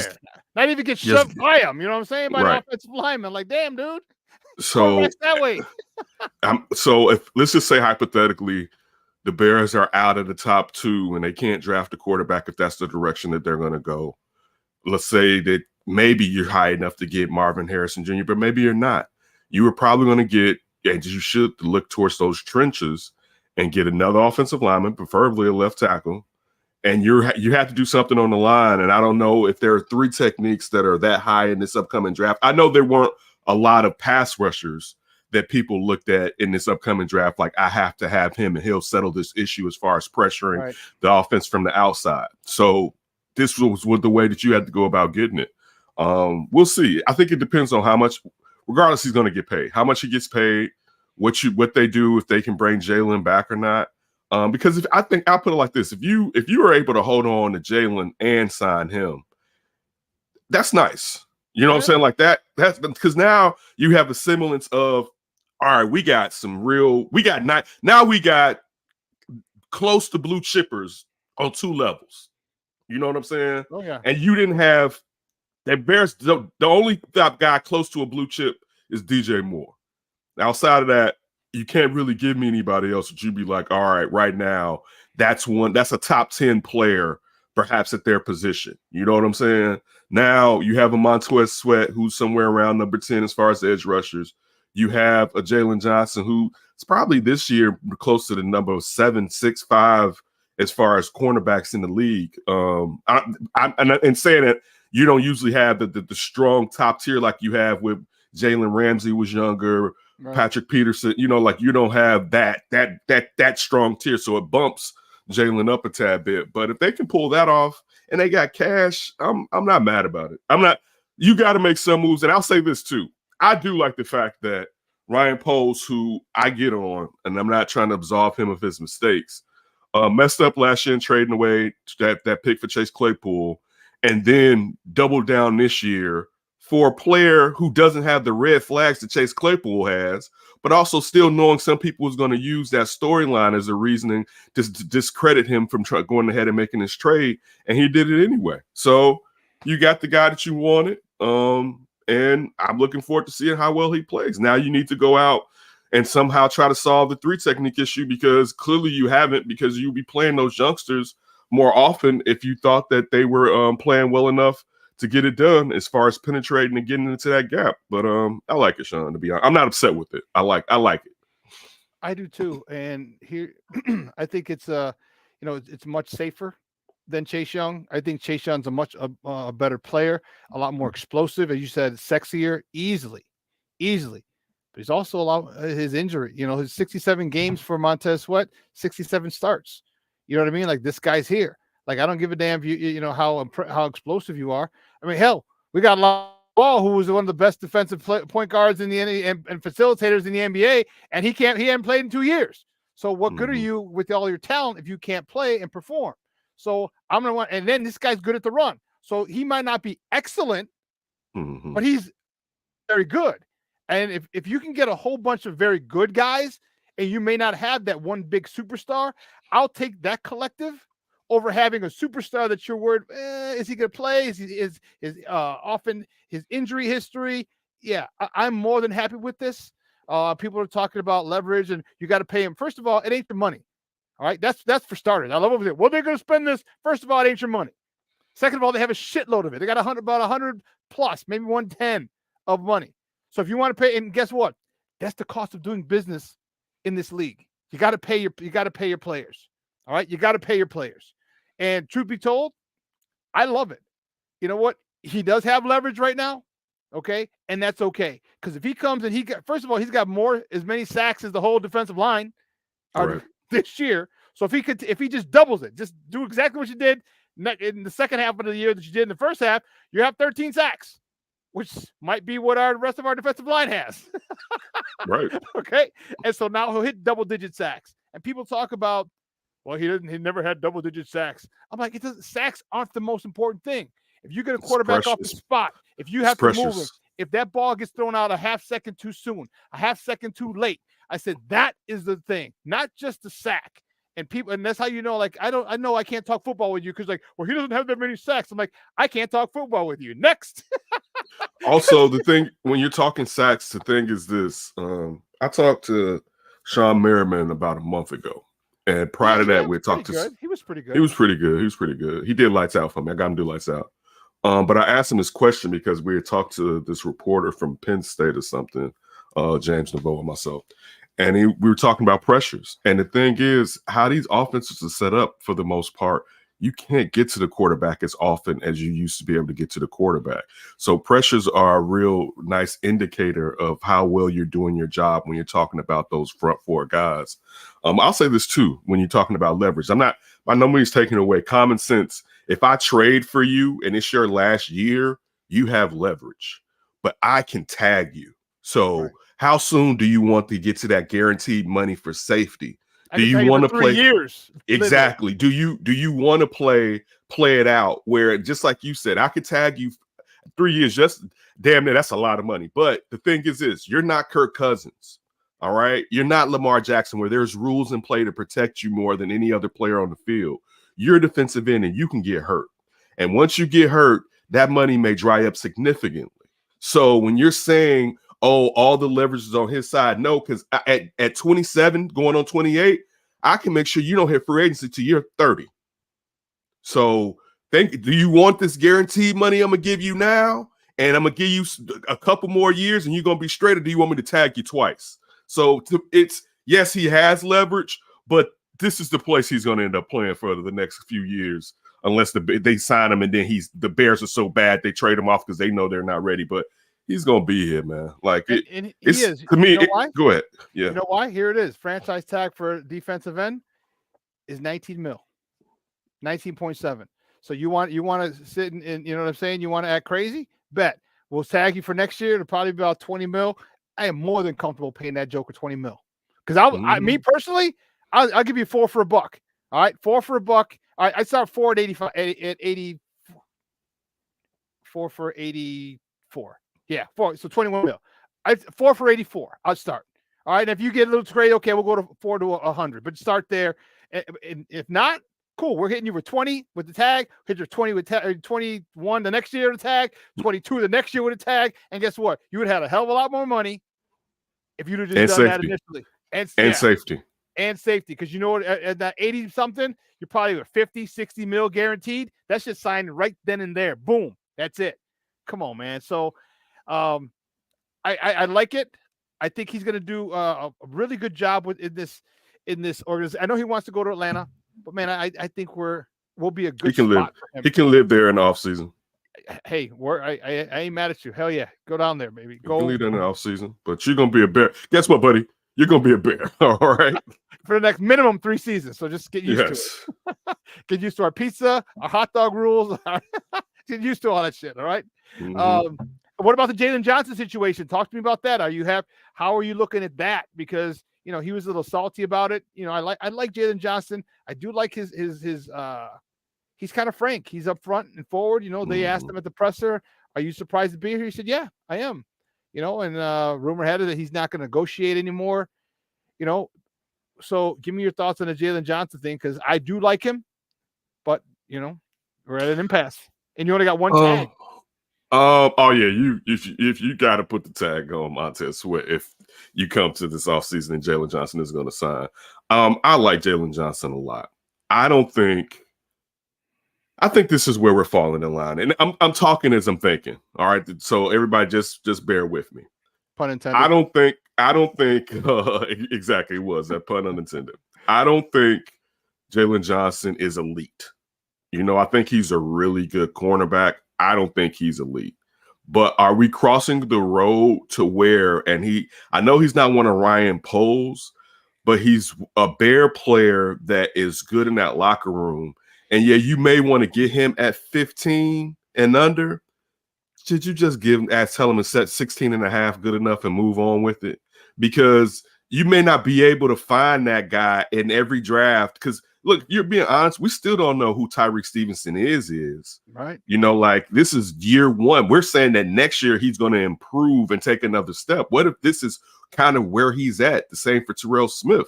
So even though one thing that we've seen from Ryan Poles and Ian Cunningham is the fact that they can draft DBs, none of them may end up being as good as Jalen Johnson, and you have money right now. Now, it'd be different if they were strapped for cash and you're like, yo, look, we only got enough for one big contract. We got 2 young cornerbacks. I'm going to draft another 2 young quarterbacks.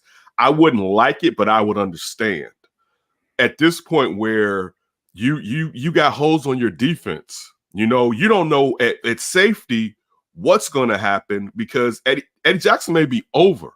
So you need as many good players in the backside as you could possibly have. So you can't just let them walk out the door. So yeah, I would prefer if he was getting like 14 and a half. I would think like, yeah, they got a nice deal. That's a nice deal for both sides or whatever. But you may just have to give him some more. Like just because you may not be able to find him, and just eat it, because think about it. It's gotten to the point now that if he doesn't want to talk with you, period, that's an issue, especially if, and again, poses, regardless if he's being forthcoming, he still could be capping, right? But if you say you like him as much as you want to, and if he left the building, you would want a replacement as far as draft capital that's high enough to acquire the same type of player, then man, do what you need to do and get Jalen in the building. Like, get that contract. It'll be great. And I know it won't happen now. It'd be great to see he sign today, Montez Sweat sign tomorrow. But you get what I'm saying, even if it's next week, where you knock it out and you take that narrative totally off the board. We're not even talking about it anymore for the remainder of the season. But I get, and I'll say this too, for Jalen Johnson, he may just be tired of this shit. Does he come off like a player that doesn't care about winning? He may be dog. Every month and a half, another coach is getting fired in that building, or let go, or resigning. It's like at some point what's that meme with the dog in the burning house, and he's like everything's cool. Like at some point you like, nah, dude, this house is on fire. You know, like let me grab my shit. Yeah, So yeah. Yeah, so that's where it's kind of like it may be the point where one, think about this. All right, you know I always go to relationship analogies, right?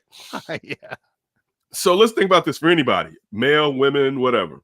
You dealing with somebody and you like them. You like them, you know what I'm saying? You like them a lot, but you also kind of like, I see your red flags, but you know what? We can make this work. You know, we can make it work. And you sit there and you give them an opportunity to commit. And then they like, I don't know about it. You like, I was being nice to you, right? Like, how the hell you going? You the courtesy. Yes, I'm extending this to you, and you gonna tell me you don't want me? Oh, for real? And then so now I'm supposed to come back? No, it's a wrap, and that may be how he feels. Where he's like, you know what? Y'all don't have y'all stuff together. Pay me. I like it here. I'll stay and see if we can make it work. And then when they don't want to give him the break, he's like, dude, I'm doing you a solid. You know what I'm saying? Like in these streets, teams want me in these streets. And again, someone's going to pay him. Don't get it too. They may not have wanted to trade a second round pick for him because those teams are like, yo, we can get him in the offseason. You know what I'm saying? So that's probably what happened. But yeah, man, I see his point. I wish that they had taken care of it. If he's not here next season, it's gonna be bad. They're gonna have to try to replace him, and they're gonna have to learn from this type of mistake. Ryan Poles is gonna have to learn. Sometimes, dog, you just gotta pay. You do. Like sometimes quarterback's 18 mil. Cornerback going into this year, 18 mil. So it'll be probably close to 19 mil next year for the franchise tag. The transition tag, all right, that's 15.7, 15.79 mil. All right, you can transition tag him. Say, all right, man, go. All right, and you know what? If I were Ryan Poles and I had to do it, I'm definitely signing Sweat. All right, I'll have to overpay for him, and again, that's the cost of doing business sometimes. And then I will transition tag or franchise tag. You know, just say, hey, just out of show of good faith, I'll franchise tag you. You know what I mean? I'll franchise tag you because it's 15 and it's 15.79, and if someone gives you more, well, I have the right to match it. You know, or you could just say, hey, you know what, bump it. I'll just give you, I'll instead of transition, I'll just give you the franchise at 18. All right, we don't even deal with the franchise. The thing is, if they franchise him, no one's going to trade for him unless you remove the franchise tag, because you got to think about how much they would have to give you if you traded them. I'm with you. I'm be honest with you. I'm a franchise tag his ass so we can negotiate, because it's the same thing with Montez Sweat. I mean, like, but at least Sweat was a first round pick, even though it was the backside of the first round. You're a second round pick, buddy. You want to get some bread? You know what I'm saying? So I can hold you up a whole nother year from hitting that market because I tagged your ass. So what you gonna do, right? Or you can use this as coming back to this table and talking to me. Let's solve this so that you can have some guaranteed money for you and your child, the stability that you have afforded yourself with the play that you've done on the field. That you've earned. He's earned a point to be at this point right now. But yeah, I'm going to use whatever I have in my toolkit as a general manager to keep that talent in my building and try to negotiate with that talent about let's long-term do this. I'm not going to just let you walk. And look, there's nobody else on. Like, if we're all under the assumption that, look, sign Montez, they're going to sign Montez. You tag Jalen. You do. You might even just tag him first. Say, hey, you know, we're tagging you. Montez, give me 1 second. Tag. Let's talk. You ain't going nowhere. We're talking. Well, you can't risk Montez walking, because then now if you sit there and you don't tag Montez Sweat and he hasn't signed a contract, Ron Post will be the dumbest idiot on the planet, because you brought in this player on a bad team that's not going to make the playoffs. You brought this so this isn't for necessarily this season. I'm not saying he's not going to help this season, but we're talking about doing something this season as far as going after a chip.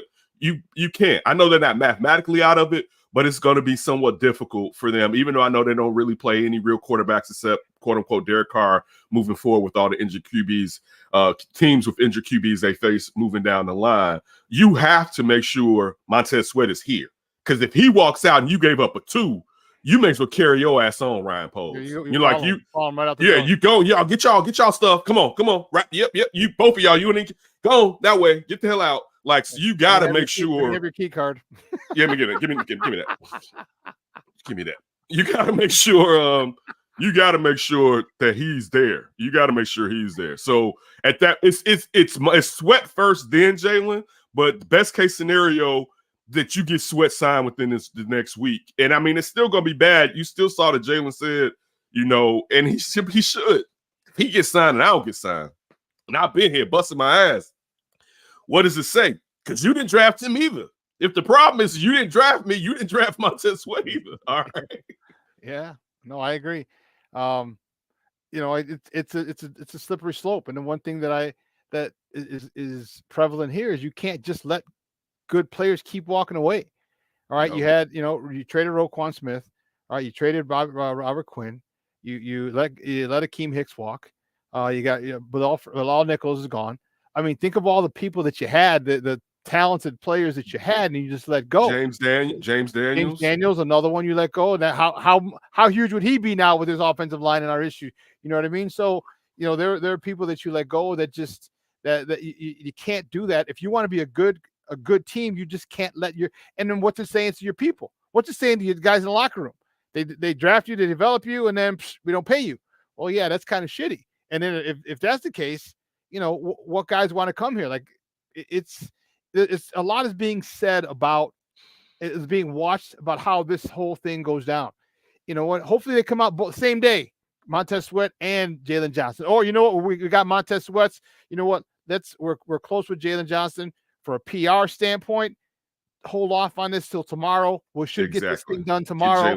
All right, We'll get it done, and then we'll sign both. We'll say, on Friday or 3 days from now, both of you will announce it. I think that will be the best move for him, because Jalen might be in his feelings. Okay, I get it. But you can't. But here's the thing that I'm worried. I'm wondering though, Ken.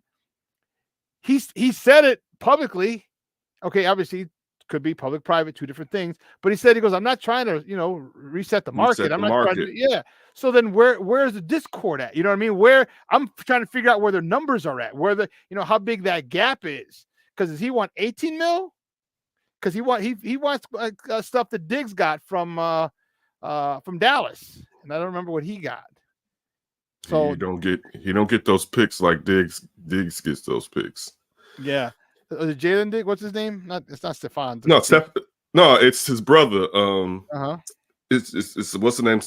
No, what's the one with the Bills? Stefan. So then it's Jalen. No, it's not. I don't know. Trevon Diggs. Yeah, I was actually gonna say Trevon, but I was like, that sounds ridiculous. I won't say that.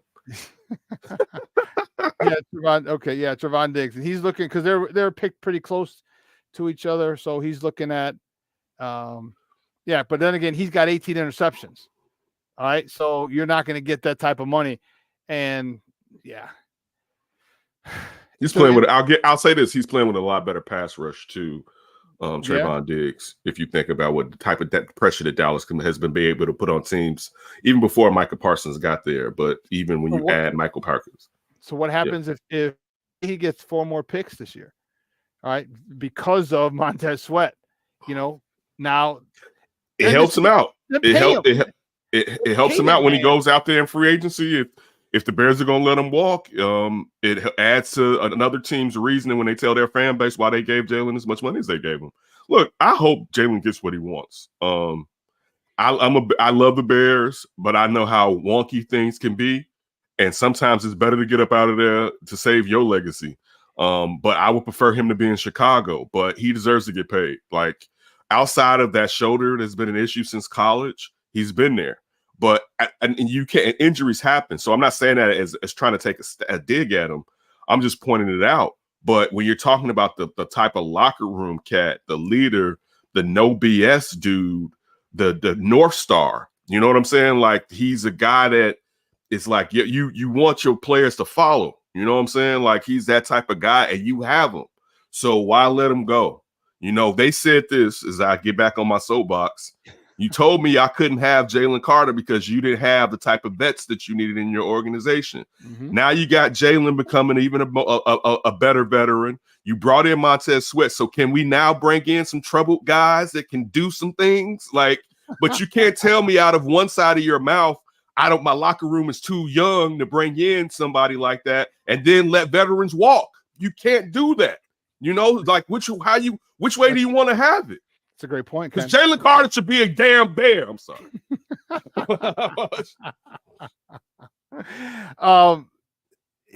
And so I said it earlier, and I said the Bears are sticking with Justin Fields, and I know what, and I've had plenty of conversations about it, and here's why.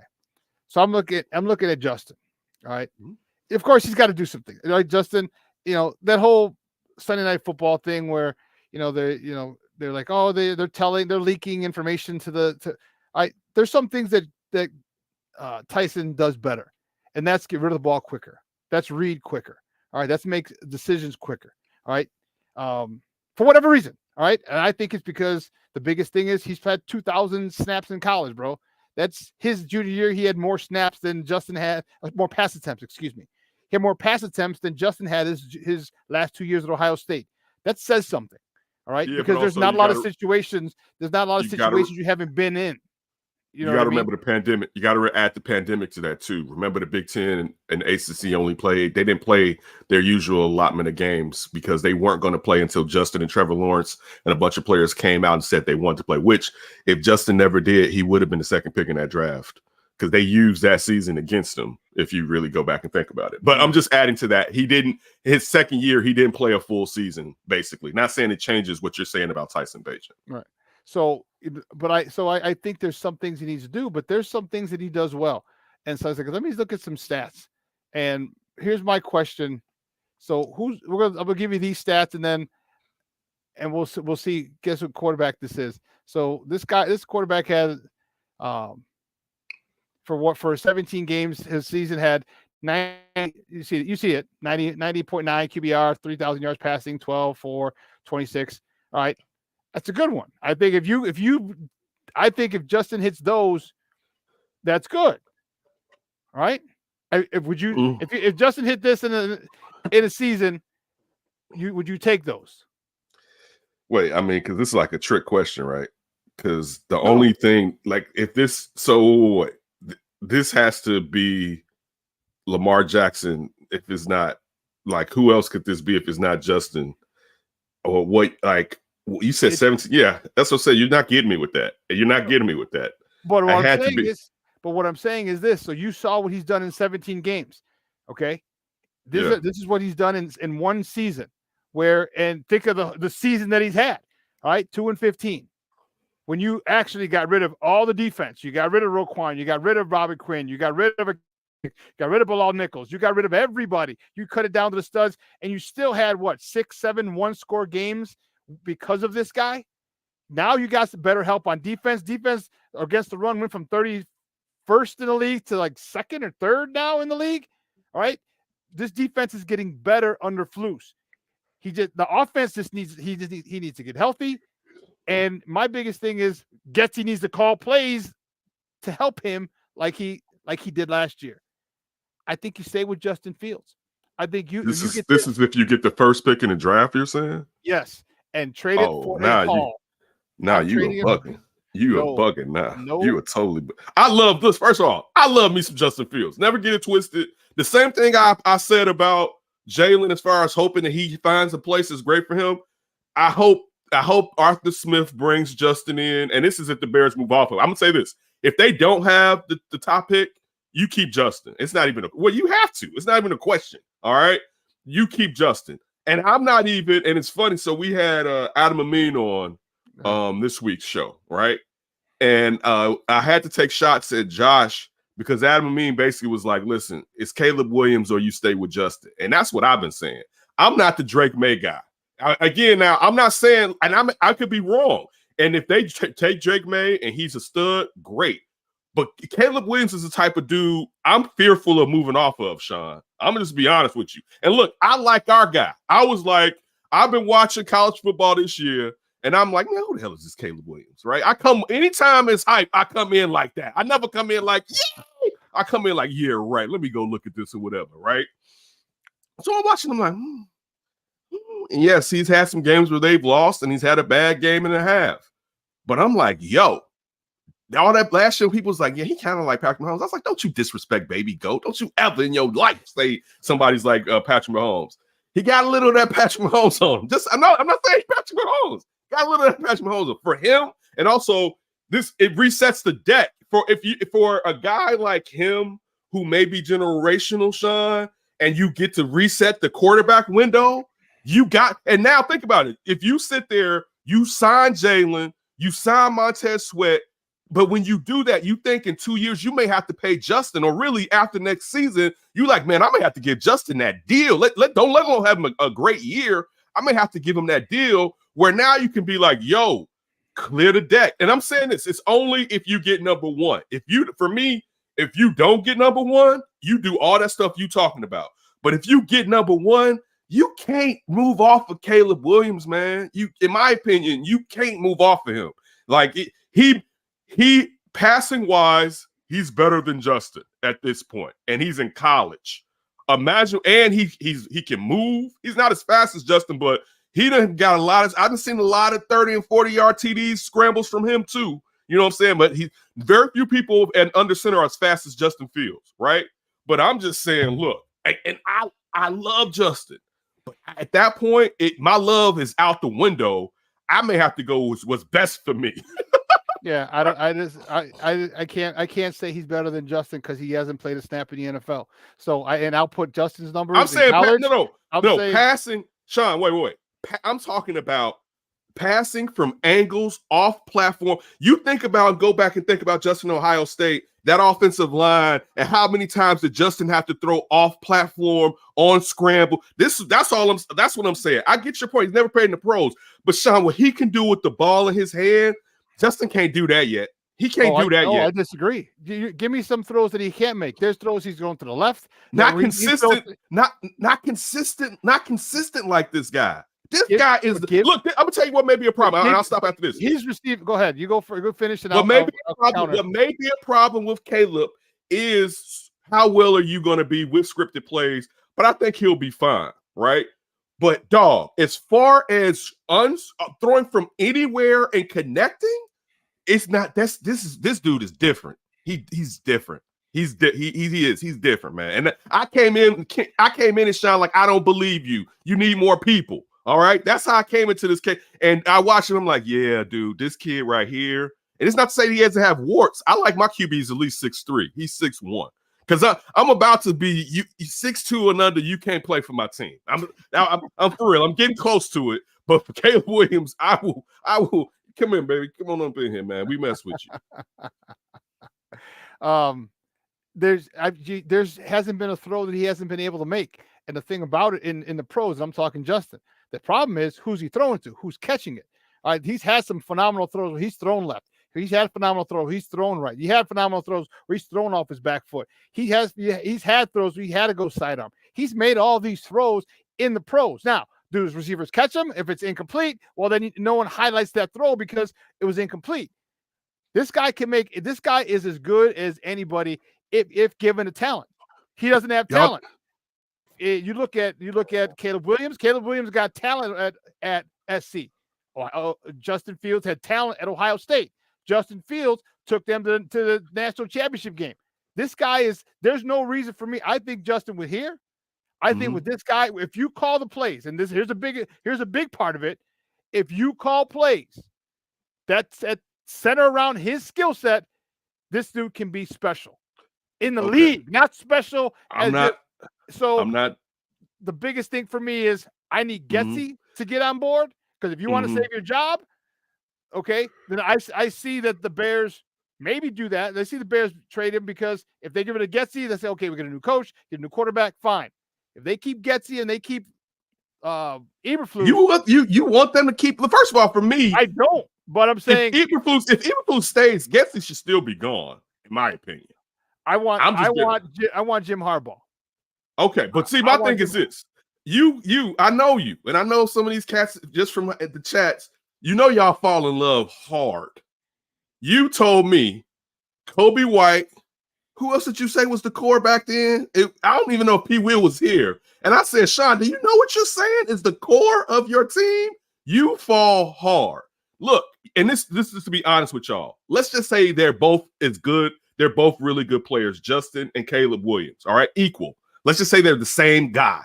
All right.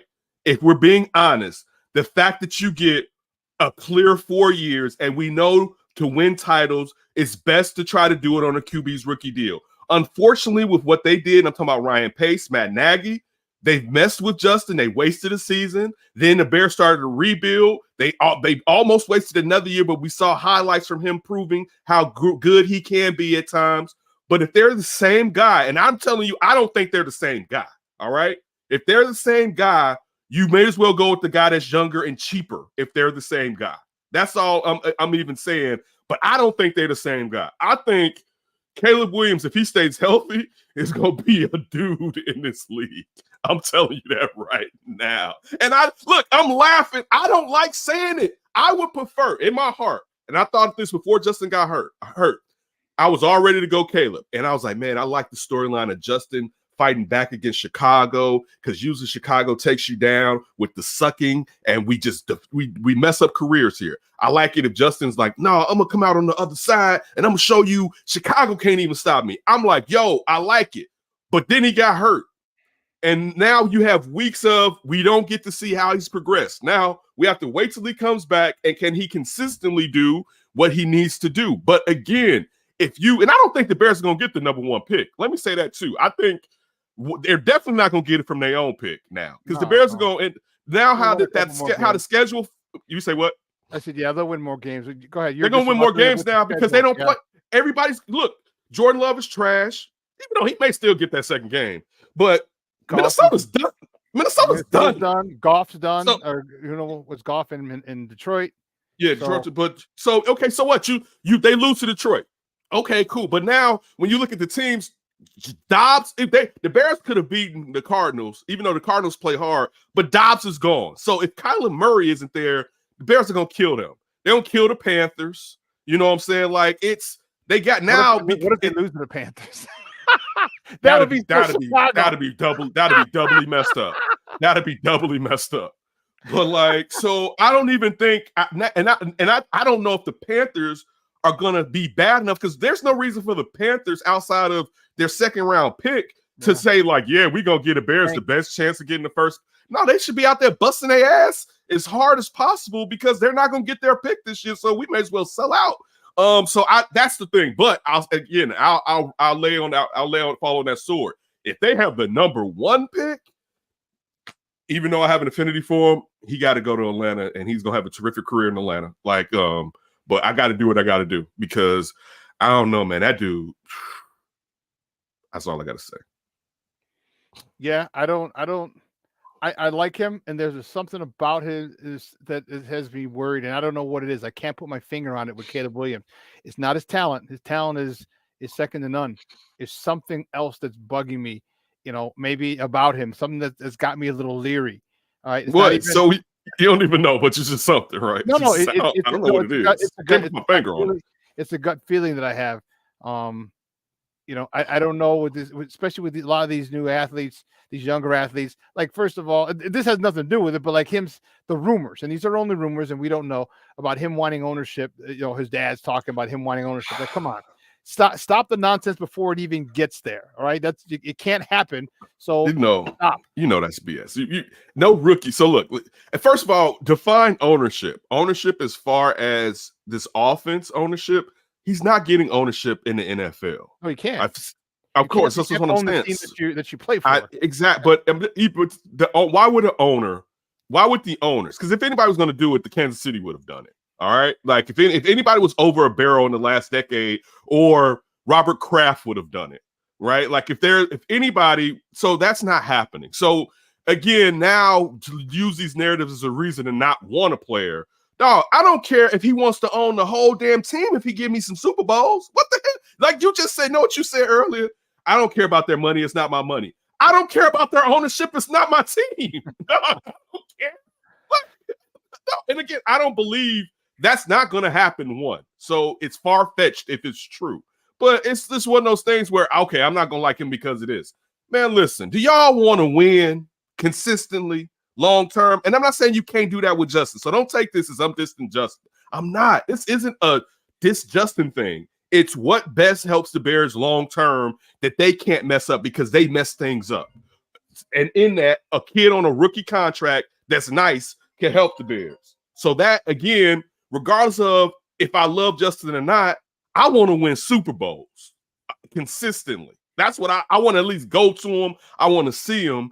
And now you reset the deck with someone who could be better than Justin, perhaps. I think he will be, depending on what team Justin ends up on if the Bears moved off of him or whatever. I'll tell you this, depending on where Caleb Williams lands, if he's not a Bear, and if the Bears hold on to Justin with how they mess things up, I don't know how that goes. But I'm looking for someone who could buck the badness of the Bears. And that's what part of the reason in that. Again, like I said, I don't think they're going to get the first pick. So basically, I'm with you on I want to go move forward with Justin, but I'm not going to sit here and lie and be like, yo, but if they got that first pick, they should still move on. Hell no, because these quarterbacks, like I say, Drake May, I diss Drake May, right? And I don't think Shadour's coming out this year. No. But if you look at these quarterbacks this year compared to last year's quarterbacks, and the only quarterback I would have drafted last year was C.J. Stroud because Bryce Young was too small. You know, heard my rule earlier. Bryce Young was too small. I was all in on C.J. Stroud. I'm not playing with, give me the mini quarterback. No, I'm not doing that. I've said it before. I would have been out on Kyler Murray, and I know now it looks like he's immature. I'm talking about even when Kyler Murray was looking good, I was like, yo, that boy bad, but I wanted to draft him. And I can own that. Too small for me, yeah. Too small yeah, for so, me. Yeah, he's too small. But if you look at these quarterbacks this year, you can't just walk away and be like, nah, I'm good. You got to really think. Last year's quarterbacks, I saw that. And I was like, well, you don't want to move off of Justin and bring in CJ? CJ played it well and said he didn't want to come here. This is Justin's team. But he was the only one that I would have been like, But this year, they got one that's like, no. Hey, baby, put your mama on the phone. See, and here's where I did, man. Even if my thing is you go get a haul because you're going to get everyone and their mama's going to want Caleb Williams, so which means you get to dictate what you want. You get to shop that pick for the highest bidder, so you can get 2 number ones, one this year, one next year, maybe even a third because you only trade 3, or maybe 2 firsts and 2 seconds, and a player because we already know we've seen how Ryan Poles likes to operate. So whoever wants that team. Or that pick, like, okay, good. Well, I'm gonna need this guy. Here's, you know what I'm saying? Like he did with DJ Moore. Actually, he didn't want DJ Moore as a third person. He wanted Burns and somebody else. I can't remember who the other person was. And then they said, no, they said, okay, well, we'll take DJ Moore for Justin. Cool. You're gonna get picks and a player. So you mean to tell me with 4 or 5 picks in building around, so you got your left, say you get a left tackle, say you get Olu, and he turns out good. Say you get Marvin Harrison Jr.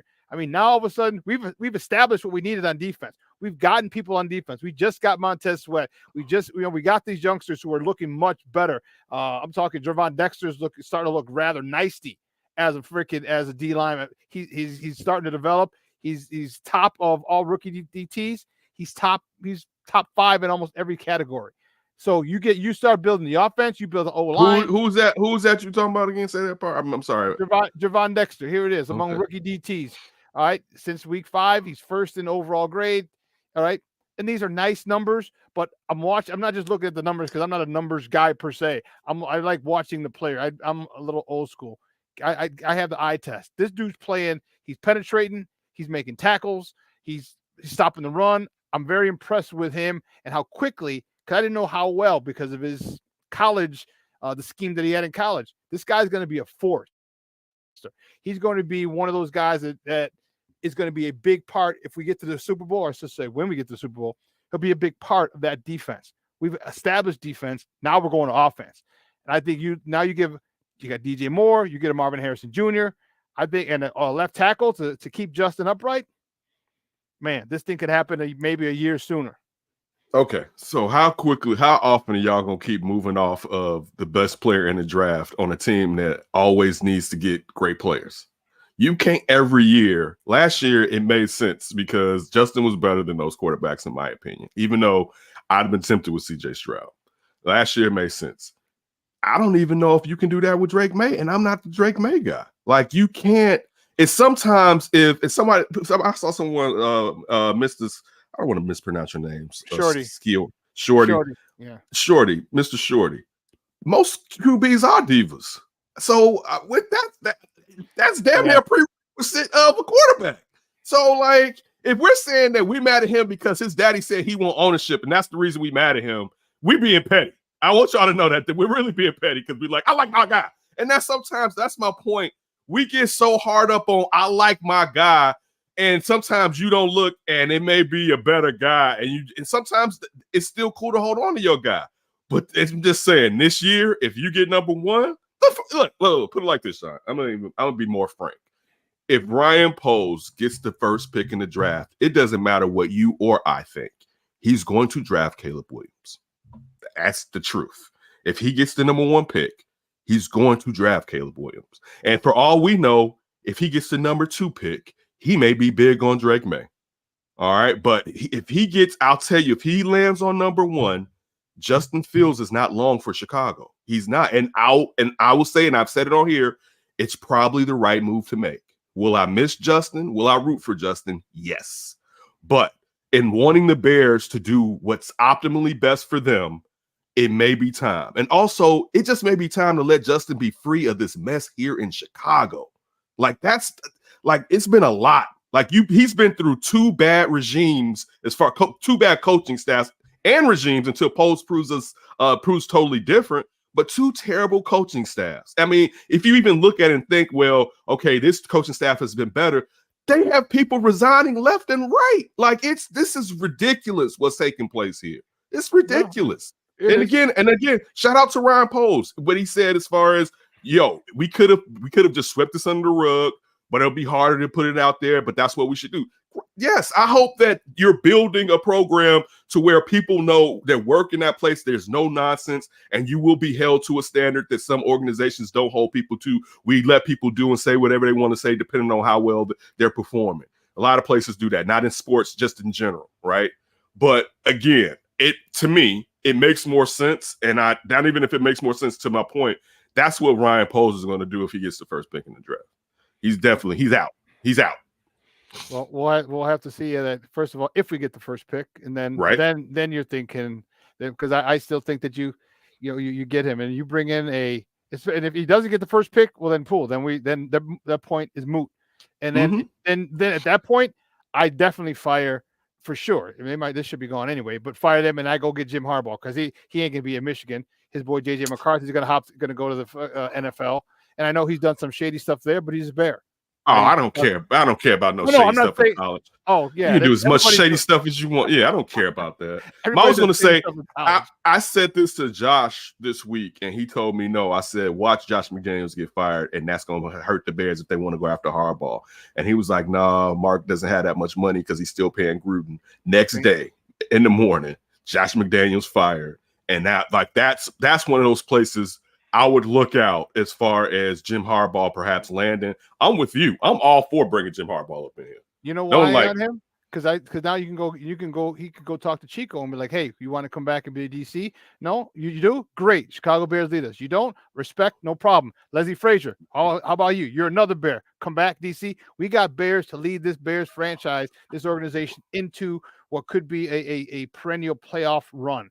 And I like, and the thing I like most about Harbaugh is he's worked with a quarterback like Justin. He's worked with Colin Kaepernick. He got them to a Super Bowl. If it wasn't for a phenomenal super pass and catch in the corner of the end zone, they would have won that Super Bowl. All right. So that had nothing to do with them. He's comfortable.